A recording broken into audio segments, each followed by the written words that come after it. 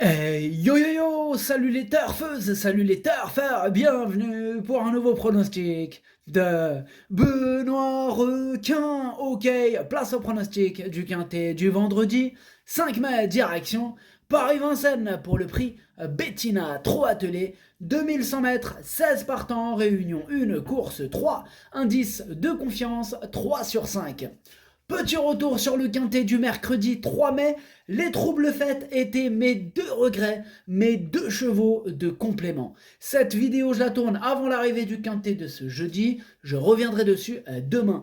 Ok, c'est parti, on commence à pronostiquer. On commence avec le numéro 1, Iden. Et on écoute l'entraîneur Pascal Jean Cordeau. Inden est moins à l'aise à main droite. Aussi, il n'a pas démérité à Toulouse. Précédemment, sur les 2100 mètres, Jean-Michel avait des regrets. Il a joué de malchance avec son numéro 10 et n'a pu s'exprimer à mi-ligne droite. Il lui manque un peu de réussite. Cette fois, on est en première ligne et avec un déroulement limpide, il doit disputer les premières places. Il est en pleine forme. Eh bien, avec ce numéro 1, moi je suis un peu moins optimiste. Là, je vois que Pascal Jean Cordeau, il est super chaud. Là il est chaud pour les premières places. Bon, après, c'est vrai qu'il est en première ligne. Il a raison d'y croire. Voilà, il a raison. Maintenant, j'en ai quand même préféré d'autres pour les premières places, mais bien sûr que je l'ai gardé. Je l'ai mis exactement à la 6e position.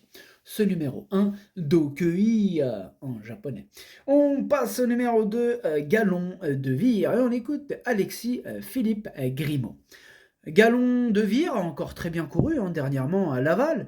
Auparavant, sur ce parcours, il avait joué de malchance et n'avait pu s'exprimer. Il est toujours au top et l'engagement reste très favorable. Comme beaucoup, il a besoin d'un bon déroulement de course pour être compétitif. Malgré la présence de quelques bons chevaux, il a sa place dans les 3 premiers. Ouh là, je sens qu'on va tous les écouter, ils sont tous en mode on est dans les 3 premiers. Si on les écoute, ils sont tous dans le tiercé, quoi. Hein, pour l'instant, on va voir comment ça se passe après. Pareil que pour le numéro 1, j'en ai préféré d'autres pour les toutes premières places, mais je l'ai gardé assez haut, enfin, tout est relatif, je l'ai gardé en 5e position, il me plaît bien ce numéro 2, mais en 5e position. Ce numéro 2, Do-I. On enchaîne avec le numéro 3, Ghostbuster. Et on écoute Cyril Rimbaud. Ghostbuster a fait des efforts dans le premier kilomètre à Laval et n'a pu redonner un coup de rein pour finir. Il a bien récupéré de ses efforts, il a déjà couru de façon rapprochée sans que cela ne lui pose de problème. On l'aime bien sur les 2100 mètres. On va essayer de faire moins fort qu'en dernier lieu. Ici, il apparaît compétitif au premier rang. Qu'est-ce qu'on disait? Lui aussi, il est super chaud pour les premières places. Bon, pour le coup, là, je suis vraiment d'accord avec Monsieur Rimbaud. C'est lui mon préféré et je l'ai installé en tête. C'est numéro 3, Okiniri. On passe au numéro 4, Hermine Girl, et on écoute Stéphane Provost. Hermine Girl aurait pu prétendre à une 3-4e place sans son incartade dernièrement. Précédemment, sur les 2100 mètres d'une course remportée par mon pensionnaire Hidalgo Denoé, elle n'avait pas démérité et trotté moins d'une 12. L'opposition est un peu moins relevée cette fois. Avec la bonne course, elle peut prétendre à une petite place. Eh bien, moi, ce numéro 4, je ne l'ai pas retenu. En même temps, il faut bien faire un choix, on ne peut pas tous les mettre. Voilà. Donc, ce numéro 4, il a hérité d'un excellent numéro, certes. Malgré ça, je ne l'ai pas retenu, mais il est quand même à l'arrière de ma petite liste des possibles troubles faits, donc méfiance quand même. C'est pas non plus un interdit. Voilà. C'est ce que je vais vous dire. Alors, du coup, ce numéro 4 en japonais, Kiken. On passe au numéro 5, Enduro. Et on n'aura pas les commentaires de l'entraîneur, c'est Sylvain Roger. Il est parti pêcher avec Dominique Loqueneux et Fabrice Soulois. Amusez-vous bien tous les trois. Ils s'éclatent là, ils sont sur le bateau, ça ch'tah, il y a de la musique, mais il n'y a pas de canne à pêche. Donc du coup, arrêtez là, Zarma, je vais pêcher. Zarma, Zarma. Bref, ce numéro 5, c'est un regret, c'est mon deuxième cheval de complément en cas de non partant. Ce numéro 5, Idomenoko Kai. On passe au numéro 6, Fuego du Mortier, et on écoute Jonathan Van Merbeek. Ah ouais, Jonathan Van Merbeek, il est sur ma liste rouge en mode vénère. Un jour, il nous avait fait du sale, il nous avait éclaté. Ah ouais, bien comme il faut, Jonathan Van Merbeek. Ah ouais, un jour, il nous a dit, vous pouvez l'écarter, je sais pas quoi. Bim, il est arrivé dans les 3 premières places, je me rappelle plus, je crois que c'était 3 à 4, enfin bref, dans tous les cas, il est arrivé dans le quintet. Oh là là. Ah, il m'avait énervé, j'avais fait limite la moitié de la vidéo sur son cas, lui. Liste rouge, mais peut-être pas à vie, mais pour longtemps. Du coup, Fuego du Mortier, là encore, on va l'écouter, hein, Jonathan Van Merbeek. Van Merbeek. Fuego du Mortier s'est bien comporté alors qu'il effectuait une rentrée. Il a fini quasiment sur la même ligne que les concurrents classés. Il revient bien, mais il n'a pas de bons engagements en province dans l'immédiat. Vendredi, il monte de catégorie, il affronte de bons jeunes. Il devra donc bénéficier de circonstances favorables pour accrocher la 5e place. Bon, là, il ne nous incite pas à l'écarter, mais bon, il nous refroidit quand même un peu. Enfin bref, il reste dans... Il est pas sur ma liste rouge pour rien, lui. Oh, croyez-moi. De toute façon, juste un petit rappel pour la liste rouge. Dans quelles circonstances une personne se retrouve, il suffit juste que l'entraîneur il dise ne le mettez pas, par exemple, vous pouvez l'écarter, et bim, il arrive dans le quintet, là, rac, liste rouge direct. Voilà. C'est pour cette raison qu'il s'est retrouvé là. Voilà, je ne l'ai pas mis comme ça. Voilà. J'ai rien contre lui personnellement, c'est contre ses propos. Voilà. Bref, on ferme cette parenthèse. Ce numéro 6, moi, du coup, personnellement, je ne l'ai pas retenu. Ce numéro 6 avec Kaku. On enchaîne avec le numéro 7, Harvest de Bullière. Et on écoute Benoît Vassar. Harvest de Bullière vient d'effectuer une rentrée correcte après 7 mois d'absence. Il était ferré lourd et devait rendre 25 mètres. Il a encore besoin de courir pour revenir au mieux. Il gardera encore ses fers ce vendredi. J'espère que cette tentative sur une courte distance va lui permettre d'être au top pour un bon engagement à la fin du mois à Enghien. En attendant, il faut faire l'impasse.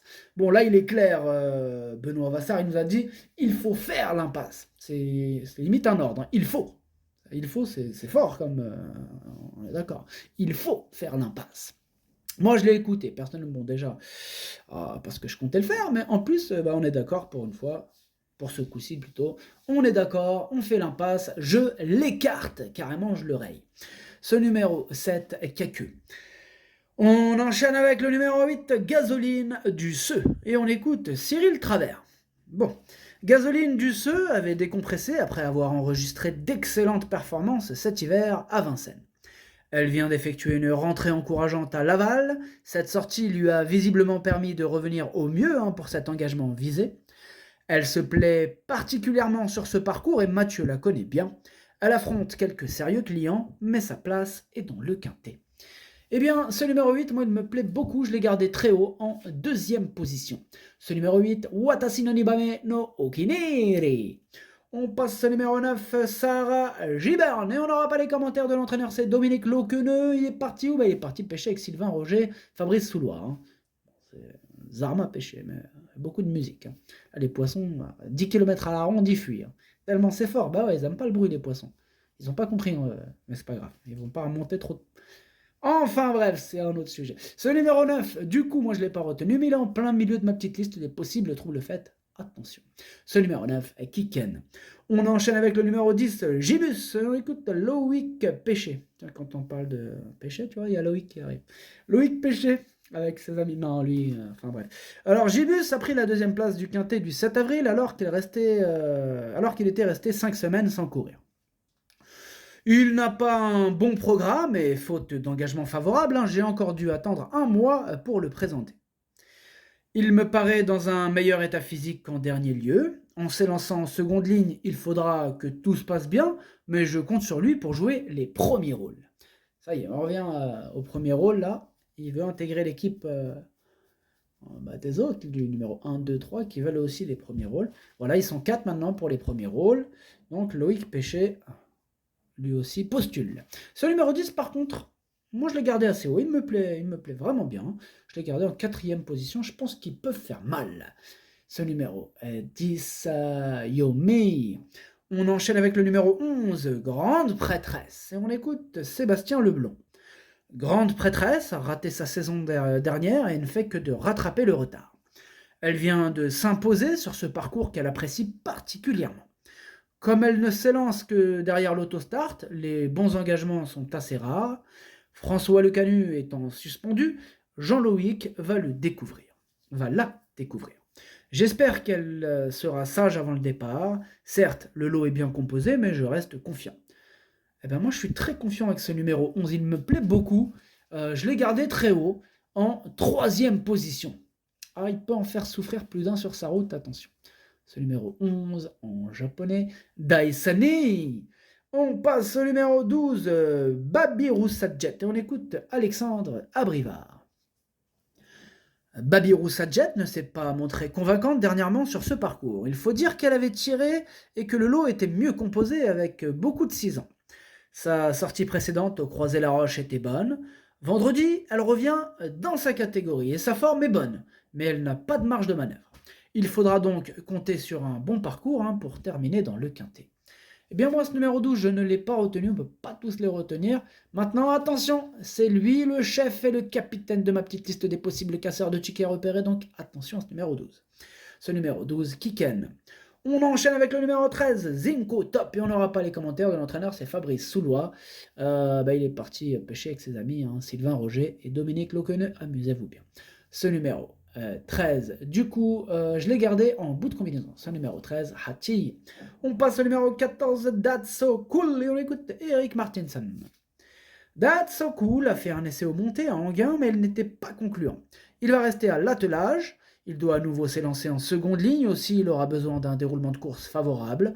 Il est capable de disputer l'arrivée à ce niveau, il l'a déjà prouvé. Physiquement, il est toujours aussi bien, on va tâcher de viser une place.